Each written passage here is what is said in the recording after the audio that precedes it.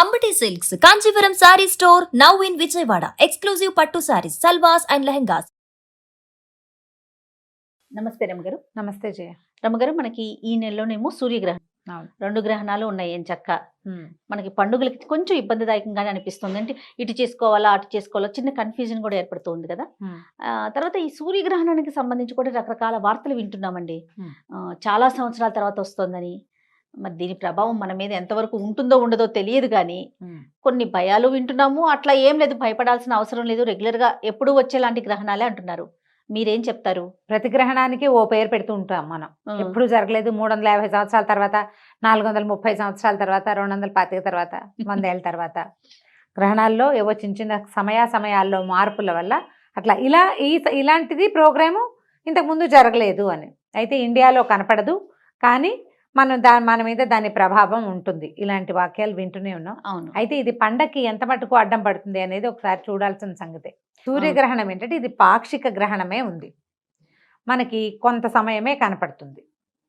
ఇండియాలో కొన్ని భాగాల్లోనే కనిపిస్తుంది. అయితే దానాలు జపతపాదులు చేసుకోవాలి అంటారు. అయితే సాధారణంగా ఏంటంటే మనకు చెప్పేది గ్రహణ సమయము పుణ్యకాలంగా చెప్తారు. ఆ సమయంలో చేసేటువంటి ఉపాసన గ్రహాలకి మంచి బలాన్ని ఇస్తుంది. అందుకని ఎవరికైనా ఆ మంత్రోపదేశం ఉన్నవాళ్ళు మంత్రం పునశ్చరణ చేసుకోవటం, ఉపదేశం కూడా గ్రహణ సమయంలో తీసుకునే ఉపదేశం కూడా చాలా అద్భుతంగా ఉంటుందని తప్పకుండా తీసుకుంటారు. గ్రహణానికి ముందు పట్టు స్నానం, గ్రహణం అయిపోయిన తర్వాత విడుపు స్నానం, ఇది ఎప్పుడూ చేసేది. గ్రహణాల్లో ఇలాగే చేస్తారు. అయితే గ్రహణ కాలంలో ఉపాసనా బలాన్ని పెంచుకునేందుకు జపం చేసుకుంటారు. ఇప్పుడు ఏమీ లేని వాళ్ళు, అంటే ఉపాసనలో అవి లేని వాళ్ళు, లేదా ఉపదేశాలు లేని వాళ్ళు, మన బొట్టి వాళ్ళు, సామాన్య వాళ్ళంతా ఏం చేయొచ్చు, ఏదైనా చదువుకోవచ్చు. దైవ సంబంధమైంది చదువుకుంటే ఫలితం బాగుంటుంది. ఉపదేశం అవసరం లేని మంత్రాలు, శ్లోకాలు, స్తోత్రాలు ఉంటాయి కదా, అవేవైనా పారాయణ చేసుకోవచ్చు. అయితే దేవాలయాలు మూసేస్తారు, మన ఇళ్లలోనే చేసుకోవాలి. గ్రహణ సమయంలో ఆహార స్వీకారం మంచిది కాదు. మరి పసిబిడ్డలు అలా అయితే చంటి పిల్లలకి చేయగలిగేది ఏమీ లేదు. గర్భిణులు వాళ్ళు కూడా దీనికంటే కొంచెం ముందుగా తినేసి ఈ సమయంలో కదలకుండా విశ్రాంతిగా పడుకుంటే మంచిది. గర్భిణీలు దీని మీద చాలా మంది, నాకే 25-30 ప్రశ్నలు వచ్చినాయి. మెసెంజర్లో 25 ఉన్నాయి, ఇన్స్టాలో ఉన్నాయి, నాకు వాట్సాప్ మెసేజ్లు బోల్డు. గర్భిణీ స్త్రీలు ఏం చేయాలి 4 గంటలు ఉండలేం కదా అని.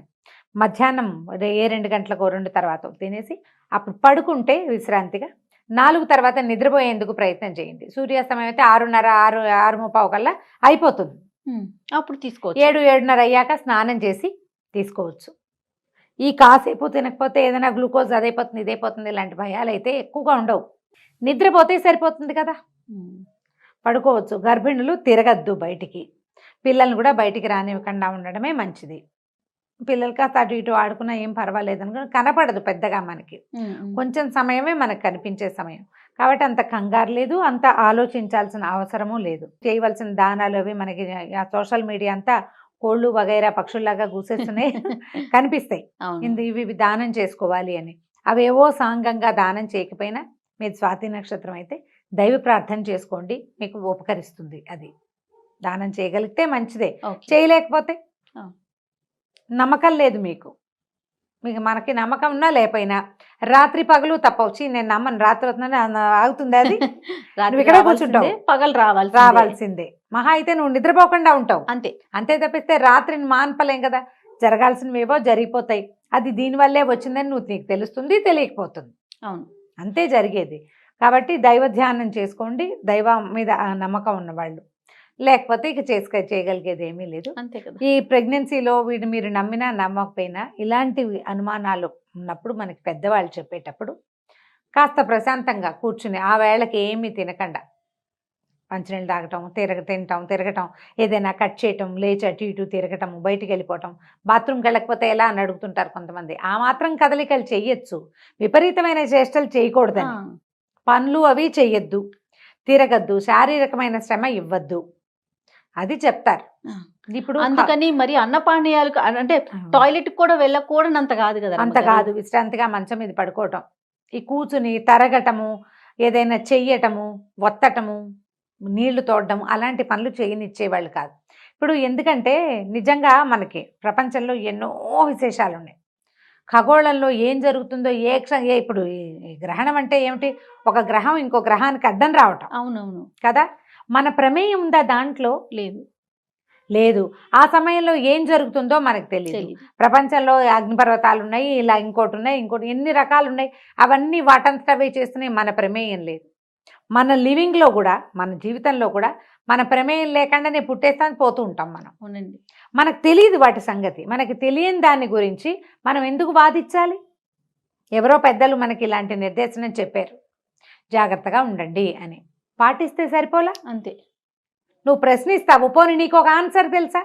ఏమీ జరగదు అని ఎవరు రాసిస్తారు? ఏం జరగదని చెప్తావు. జరిగితే దానికి దానివల్లేనని కనుక నువ్వు చెప్పగలవా? దానివల్లే అని చెప్పలేవు, దానివల్ల కాదని చెప్పలేవు. లేదండి. ఈ రెండు లేనప్పుడు మేము రెస్ట్ తీసుకుంటాం అంటుంటే వాళ్ళని కాదని అక్కర్లేదని బాగా డాన్స్ చేయండి అని ఎందుకు చెప్పాలి? అవును. హాయిగా ఎగురి తిరగండి అని చెప్పకూడదు కదా. రెస్ట్ తీసుకోమని చెప్తే సరిపోతుంది. దానివల్ల వచ్చే నష్టం అయితే లేదు కదా. లాభం లేదు అనుకుందాం, నష్టం అయితే లేదు కదా.